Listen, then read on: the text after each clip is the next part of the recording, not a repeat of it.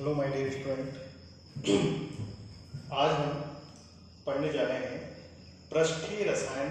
हमारा जो लेसन चल रहा था उसमें अपन अधिशोषण के दो प्रकार, एडजॉर्प्शन के टू टाइप्स। फर्स्ट भौतिक अधिशोषण जिसे बोलते हैं फिजिजॉर्प्शन, और रासायनिक अधिशोषण यानी केमिसॉर्प्शन।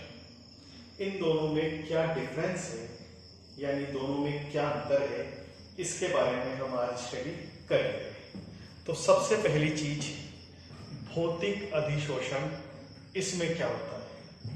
तो हमने ये देखा था कि भौतिक अधिशोषण में कोई भी अधिशोष्य पदार्थ अधिशोषक की सतह पर जाकर के चिपक जाता है यानी स्थापित हो जाता है, और उसके बाद में अगर हम उसको वहां से हटाना चाहें तो हम उसको हटा भी सकते हैं। जैसे आप देखें, मैंने चौक से ब्लैक बोर्ड पे लिखा या इस व्हाइट बोर्ड पर मार्कर से लिखा हुआ मैंने ये, जैसे ये लाइन डाली, इसको अगर मैं हटाना चाह रहा हूं तो ये हट गई।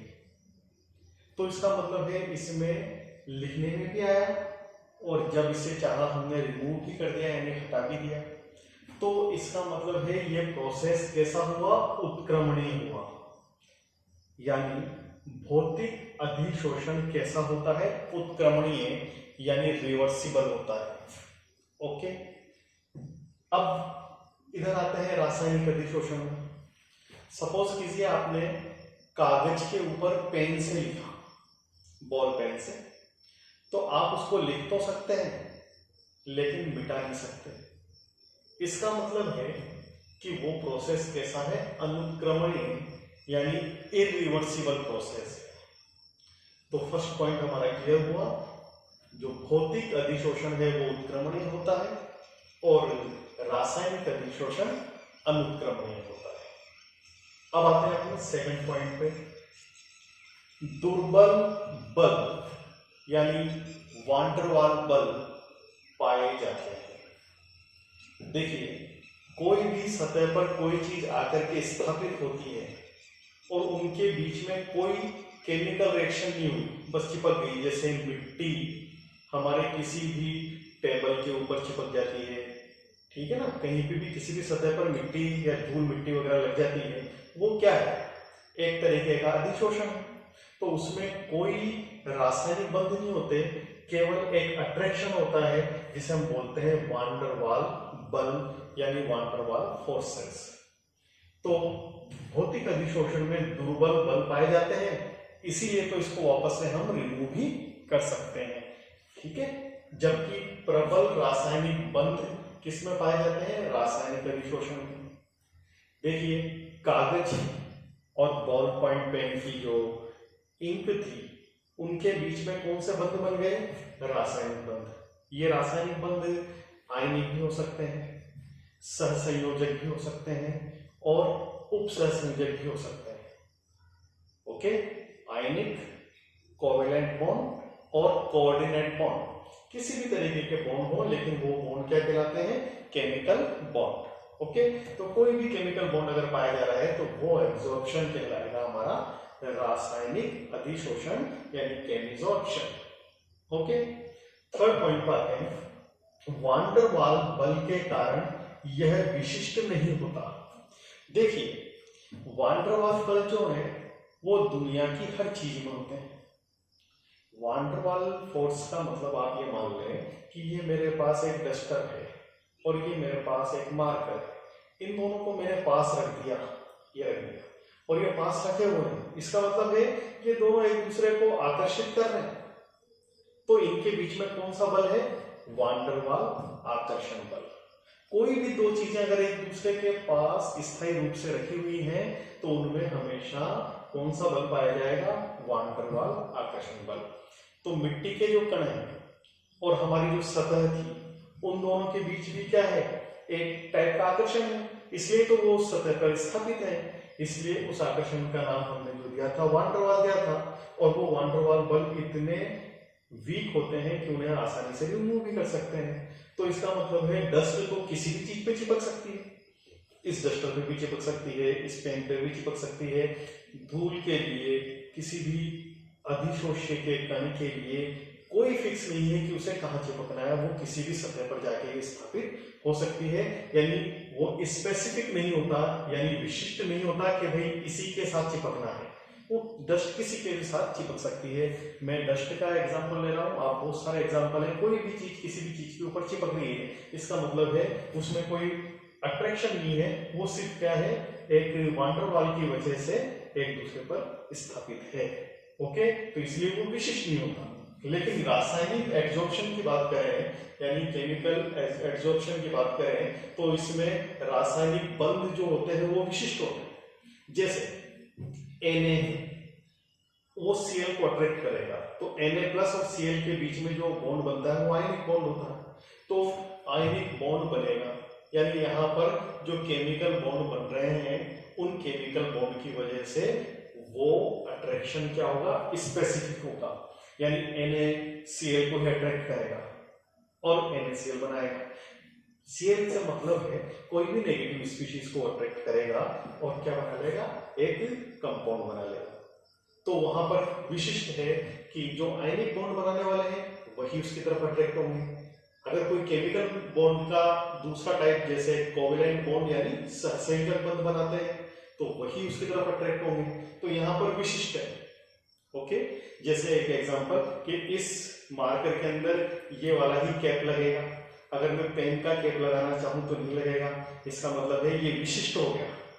ओके, ये अब फोर्थ पॉइंट पाते हैं, अधिशोषण एंथैल्पी कम होती है, एब्जॉर्प्शन एंथैल्पी। ओके, क्या होती है, आपने 11th क्लास का जो चैप्टर है पीरियोडिक टेबल आवर्त सारणी पढ़ा होगा, उसमें एक वर्ड आता है इलेक्ट्रॉन गेन एंथैल्पी, यानी इलेक्ट्रॉन बंधुता या इलेक्ट्रॉन लब्धि एंथैल्पी। उसमें हम कहते हैं कि कोई इलेक्ट्रॉन किसी कोश में यानी शेल में जुड़ता है तो उसके दौरान एनर्जी निकलती है, और वो एनर्जी ही क्या कहलाती है, इलेक्ट्रॉन गेन एंथैल्पी। ओके, यहां पर भी ऐसा ही है कि कोई भी जो अधिशोष्य पदार्थ आकर के किसी अधिशोषक से चिपकता है, अधिशोष्य मीन्स एड्सॉर्बेंट, वो किसी एड्सॉर्बेंट के ऊपर जाकर के चिपकता है, तो इस चिपकने के दौरान एनर्जी निकलती है और वो एनर्जी कहलाती है एड्सॉर्प्शन एंथैल्पी यानी अधिशोषण एंथैल्पी। अब आप बताओ, जब वान डेर वाल फोर्स जो है, वान डेर वाल बल जो है वो बहुत दुर्बल होते हैं, तो चिपकना भी दुर्बल होगा, और जब धीरे से कोई चीज यानी दुर्बलता से चिपकेगी तो निकलने वाली ऊर्जा भी क्या होगी, बहुत ही कम होगी, और ऊर्जा बहुत कम होगी तो अधिशोषण एंथैल्पी का मान बहुत ही कम होगा, और वो कम कितना होता है, 20 to 40 किलो जूल पर मोल होता है। लेकिन अगर इधर आए तो यहाँ पर एड्सॉर्प्शन एंथैल्पी इसकी वैल्यू क्या होगी, ज्यादा होगी। क्यों? क्योंकि केमिकल एड्सॉर्प्शन हो रहा है, यानी रासायनिक अधिशोषण हो रहा है, तो इसमें क्या होगा, Na+ और Cl- एक दूसरे को तेजी से अट्रैक्ट करेंगे, यानी इसमें एकदम से आकर के अधिशोष्य के कारण अधिशोषक से चिपकेंगे, यानी इन दोनों के बीच अट्रैक्शन पावरफुल होगा, और अगर अट्रैक्शन पावरफुल है तो निकलने वाली एनर्जी भी क्या होगी, ज्यादा होगी, जो कि 80 to 240 किलो जूल पर मोल होती है, 80 से 240 किलो जूल पर मोल। तो यहाँ एड्सॉर्प्शन एंथैल्पी की वैल्यू ज्यादा हो जाएगी। अब आते हैं यहाँ पर फिफ्थ पॉइंट पे, जब भी एड्सॉर्प्शन होता है, जैसे मैंने कहा कि इस डस्टर के ऊपर डस्ट के पार्टिकल जमे, मान लीजिए मैंने इसको 7 दिन तक यूज नहीं किया, 7 डेज मैंने इसको यूज नहीं किया, तो इसके ऊपर डस्ट की एक लेयर बन जाएगी। ओके, अगर मैंने इसको 15 डेज यूज नहीं किया तो इसके ऊपर थोड़ी और थिक लेयर बनेगी, यानी और मोटी परत इसके ऊपर बन जाएगी। और अगर मैंने इस डस्टर को 1 महीने तक यूज नहीं किया तो इसके ऊपर बहुत मोटी परत बन जाएगी। ओके, तो इसका मतलब है first layer, second layer, third layer, यानी इसके ऊपर बहुत सारी लेयर बनती जाएगी। क्यों? क्योंकि जो डस्ट के पार्टिकल होते हैं उनकी कोई वैलेंसीज वगैरह नहीं होती, वो कितने भी चिपक सकते हैं। तो इसलिए यहां पर बहुआण्विक सतह बनती है। ओके, बहुआण्विक सतह, मल्टी मोलिकुलर लेयर। ओके, लेकिन यहां बात करें रासायनिक अधिशोषण में, तो 2 मिनट के लिए आप ये समझ लीजिए कि मान लीजिए मेरे पास ये सोडियम है। ओके, अब इस सोडियम की सरफेस है पूरी, इस सरफेस पर आकर के अगर क्लोरीन चिपक रहा है तो यानी Na और Cl, तो इसके पास ही आकर के मान लीजिए Cl चिपक गया। तो बताओ Na तो ये था और इसके ऊपर कौन चिपक गया? Cl। अब मान लीजिए एक और Na आया तो वो इसके साथ, अब इस Cl के साथ नहीं चिपक पाएगा। क्यों? क्योंकि ये दोनों बीसी हैं, ये दोनों ने आपस में कंपाउंड बना लिया। तो यानी इसकी सरफेस के ऊपर Cl Cl Cl सारे में क्या हो गए? फैल गए। जितने भी Na थे वो सब किसके साथ न्यूट्रल हो चुके हैं? Cl के साथ। तो बताओ Cl की कितनी? केवल सिंगल लेयर बनी यहां पर, यानी एक परत बनी। अब इसके बाद दूसरा Cl आएगा तो ये Cl उसको एब्जॉर्ब नहीं करेगा, और अगर Na भी आया तो भी एब्जॉर्ब नहीं करेगा, क्योंकि वैलेंसी Na की भी 1 और Cl की भी 1 होती है। इसका मतलब है यहां पर केवल एक आणविक सतह बनेगी, उसके बाद में सतह बनना बंद हो जाएगा। नेक्स्ट, अच्छा एक चीज और हम कह सकते हैं कि जो यही पॉइंट, 5th पॉइंट में बहुआण्विक सतह बनती है, इसमें मैं एक बात और कह सकता हूं कि इस सतह के ऊपर कोई नए कंपाउंड का निर्माण नहीं हुआ, न्यू कंपाउंड फॉर्मेशन नहीं हुआ। क्यों? क्योंकि डस्ट इसके ऊपर चिपक गई, कोई रिएक्शन तो की नहीं, तो नए कंपाउंड बने। लेकिन यहां पर केमिकल एड्जॉर्प्शन में हम ये कह सकते हैं कि सोडियम की सरफेस के ऊपर क्लोरीन ने रिएक्शन की और NaCl बना लिया। ओके, तो इसका मतलब है सरफेस पर नए कंपाउंड का फॉर्मेशन कहां होता है? तो रासायनिक अधिशोषण में, यानी केमिसॉर्प्शन में नए कंपाउंड का फॉर्मेशन हो जाता है। 6th पॉइंट पर आते हैं, कम ताप पर तेजी से होती है। भौतिक अधिशोषण जो है वो कम ताप पर तेजी से होगा। बिल्कुल सही बात है। ये सरफेस अगर गर्म है और इसके पास अधिशोष्य के कण, ओके, एड्सोर्बेट आने लगा और आकर के इस पर टच हुआ, टच होते से उसको क्या हुआ? गर्म लगा, वापस से उड़ जाएगा, फिर आया, फिर गर्म लगा, फिर उड़ गया। इसका मतलब है कि इस सरफेस को अगर हम ठंडा कर दें तो यह आकर के जल्दी चिपक जाए, और अगर ये सरफेस गर्म है तो इस पर जुड़ना मुश्किल हो जाएगा।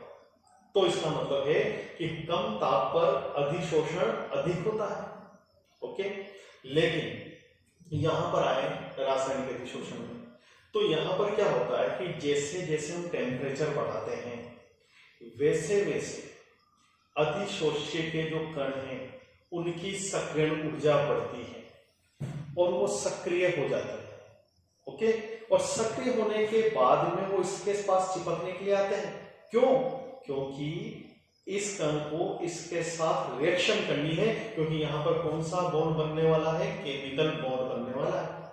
और केमिकल बॉन्ड बनने के लिए, यानी रासायनिक बंध के बनने के लिए ये जरूरी है कि अणुओं के पास सक्रियण ऊर्जा हो, और जब सक्रियण ऊर्जा उनको मिलेगी तो उसके लिए क्या चीज चाहिए? टेम्परेचर। तो उच्च ताप करने पर यह रिएक्शन तेज हो जाती है, यानी अधिशोषण की दर क्या हो जाती है? बढ़ जाती है।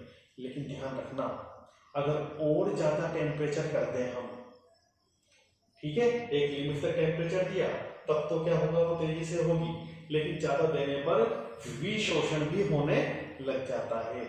यानी नॉर्मल कंडीशन में हम एक बात तो कह सकते हैं कि कम ताप पर ये तेजी से होगी, ये उच्च ताप पर तेजी से होगी। तो ये इन दोनों में डिफरेंस हुआ, भौतिक अधिशोषण और रासायनिक अधिशोषण। ओके, अब नेक्स्ट वीडियो में मैं आपको भौतिक, ये जो अपना अधिशोषण है, इसको प्रभावित करने वाले कारक के बारे में डिस्कस करूंगा। Thank you.